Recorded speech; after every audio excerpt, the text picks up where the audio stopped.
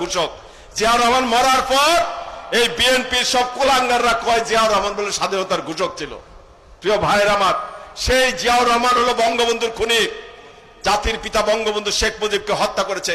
তার ছেলে তারেক রহমান বঙ্গবন্ধু কন্যা শেখ হাসিনাকে হত্যা করার জন্য 2004 সালের 21শে মার্চ একটি নয় দুইটি নয় 14টি গ্রেনেড নিক্ষেপ করেছে। বাংলাদেশের সবচেয়ে স্বনামধন্য জনপ্রিয় অর্থমন্ত্রী শাহ এস এম কিবরিয়াকে তার নির্বাচনী এলাকায় 2004 সালে সেই 4 দলীয় জোট সরকারের আমলে সেই শাহ এস এম কিবরিয়াকে হত্যা করা হয়েছে।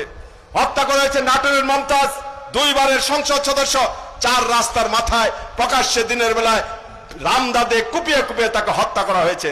হত্যা করা হয়েছিল খুলনা মহানগর আওয়ামী লীগের সভাপতি অ্যাডভোকেট মঞ্জুরুল ইমাম 2004 সালে একই সময় সেই জায়গায় তার বাড়ির গেটে তাকেও বোমা মেরে তাকে হত্যা করা হয়েছিল। হত্যা করা হয়েছিল আমাদের গাজীপুরের রাহসানুল্লাহ মাস্টার, আপনারা সকলেই জানেন।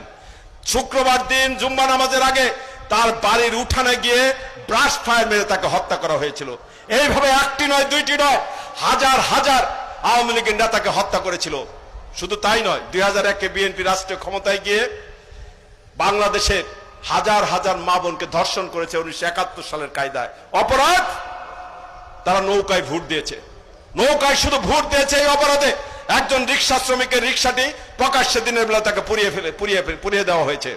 একজন দরিদ্র কৃষক নৌকায় ভোট দিয়েছে, এই অপরাধে তার বাড়িঘর ভাঙচুর করে সেই বাড়ির জায়গার মধ্যে পুকুর খুঁজে সেই জায়গায় কোনোদিন বাড়ি হচ্ছিল যাতে কোনো নাম নিশানা না থাকে, এরকম ঘটনা ঘটিয়েছে। একটি নয় দুইটি নয় হাজার হাজার ঘটনা।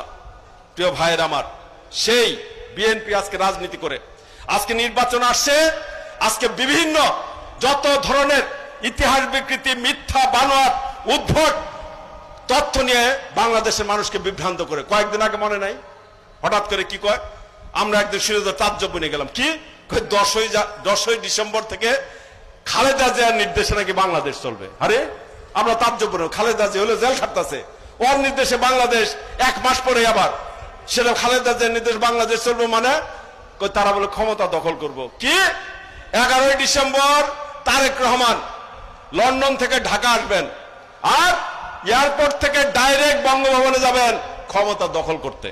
প্রিয় ভাইয়ের আমার, আমরা প্রস্তুতি নিলাম, শেখ হাসিনার সঙ্গে কথা বললাম, তিনি নির্দেশ দিলেন, ঢাকার রাজপথ আমরা দখলে থাকলাম। 10ই ডিসেম্বর চলে আসলো, বিএনপি কর্মসূচি দিয়েছিল পল্টনগর অফিসের সামনে একটা জনসভা করবে। এই জনসভা করবে তো দূরের কথা, শেষ পর্যন্ত ওই গোলাপবাগ